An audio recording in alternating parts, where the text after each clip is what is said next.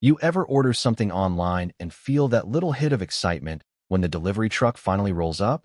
That tiny, silly rush of, yes, my package is here. Like you're a kid on Christmas morning, only for that feeling to vanish into thin air. Gone, just like that. Yeah, that rush turned into a full-blown nightmare for me. And it all started with Karen. You know the type, neighborly smile over the fence, always polite, always asking about your garden, and all the while quietly plotting to ruin your online shopping life. If you've ever had a neighbor who's just a little too interested in your front porch, you know what I mean. So here's how it started. I'd order a few things, headphones, a kitchen gadget or two, a couple of books. Nothing wild. I tracked my deliveries like a hawk, getting those little notifications, your package has arrived. And every single time, my excitement would spike. But then, just as quickly, my package would vanish, like a magic trick I never agreed to. First time, I thought, okay, maybe the delivery guy left it at the wrong door. Second time, I figured I misplaced it. Maybe my memory was playing tricks. But by the third time, there was a pattern. Every delivery gone within hours. And every time, guess whose windows seemed to be just perfectly angled to watch the comings and goings? Yep, Karen's. It all blew up one sunny Saturday morning. I'd spent weeks, saving up for this ultra-expensive gaming headset. The second that email popped up, delivered, my heart started hammering. I dashed out to the porch, and, of course, the box was gone. But then I caught something, a little movement out of the corner of my eye. Karen, walking her little lap around the block, coffee in hand, wearing a smirk that, even now, gives me chills. That's when the pieces fell into place. These weren't random mistakes. This wasn't bad luck or a careless driver. This was deliberate. She was swiping my stuff, like my porch was some free drive-through window for her personal shopping spree. And here's the thing. How do you even start that conversation? Hi, Karen. Quick question. Have you been stealing my Amazon orders? Yeah, right. So I did what any slightly paranoid, slightly petty person would do. I started my own investigation. And when I say investigation, I mean full-on, movie montage mode. I watched her house. I checked her trash. Don't judge me. I started logging delivery times, taking photos, even got this app that tracks the delivery van's movements. The more I watched, the more it was clear. This wasn't just petty theft. She had a whole system going, like she was building a collection out of my lost packages. For weeks. By the end of that week, I had a plan. It was bold. Stupid, maybe, but perfect. I was going to catch her in the act. No more guessing, no more suspicion, just cold, hard proof. I decided to set a trap.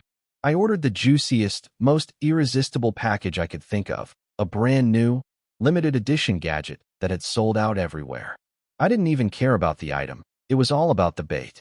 I wanted it to look real, like the most tempting box on the planet. I set it right in the middle of my porch, in perfect view from the living room window. But here's the kicker, a hidden camera. Not just any camera, a doorbell cam with motion detection, high-def recording, the works. I angled it just so. If Karen so much as looked at that box, I'd have her. So I waited. Every squeak of the floor, every passing car, my heart would jump. And then, there she was, right on schedule.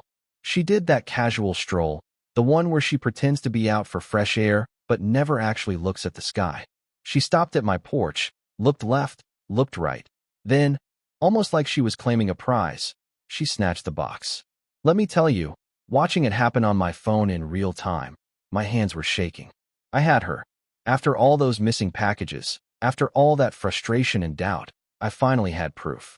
But I wanted more than just a private gotcha. I wanted justice, maybe even a little poetic revenge. So, I edited the footage, her sneaky walk, the grab, the infamous Karen smirk, and paused right at the moment she realized she'd been caught on camera. I uploaded the video, just for a few close friends at first. But you know how the internet works. Within hours, it was everywhere. Comments, shares, messages, people couldn't believe it. Who steals packages from a neighbor? That smirk though, classic Karen. My phone blew up. I sat there, half vindicated, half dumbfounded, watching this tiny suburban drama become a viral sensation. Next morning, the tension was thick. Even the air felt different, like everyone knew. My phone was pinging nonstop, comments like, "Is this real?" And, "She got what she deserved." The kicker? Karen hadn't seen it yet. But it was only a matter of time. Late that morning, I heard it, the sharp, angry footsteps. She marched up the driveway, phone waving in her hand like a sword. "You posted this? Online?" she snapped. Her face was red with fury, but there was a hint of panic behind her eyes. I just looked at her, steady as I could. "I didn't post it to humiliate you. I posted it so people would finally see the truth. My packages have been disappearing for weeks, Karen. Now everyone knows what's really going on." You could see the realization wash over her. Not just embarrassment, actual fear. She started stammering. "What if I return them? What if it was just—" I cut her off. "It wasn't an accident, Karen. It was deliberate, and it needs to stop." For a second, neither of us said anything. I could feel the whole neighborhood watching, not literally, but through those viral comments, that silent hum that comes with everyone knowing your business. The evidence was there, clear as day. No excuses, no more hiding. She shifted her weight from foot to foot, then just turned and walked away. It was over. In that moment, I realized this wasn't just about some packages. It was about standing up for myself, about drawing the line, saying, "No, you don't get to cross this boundary." Even if it's just a cardboard box, it matters. And you know what? The video didn't just blow up online. It started a whole conversation. People were sharing their own stories, swapping tips on how to protect deliveries, even sending memes.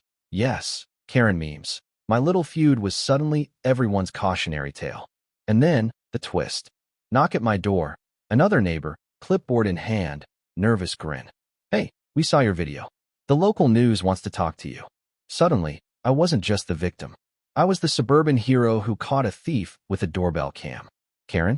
Well, she became a celebrity too, but not the kind you want to be. People would see her coming and suddenly remember they had somewhere else to be. She started walking her dog at odd hours, head down, barely looking up. And honestly, I didn't even feel angry anymore.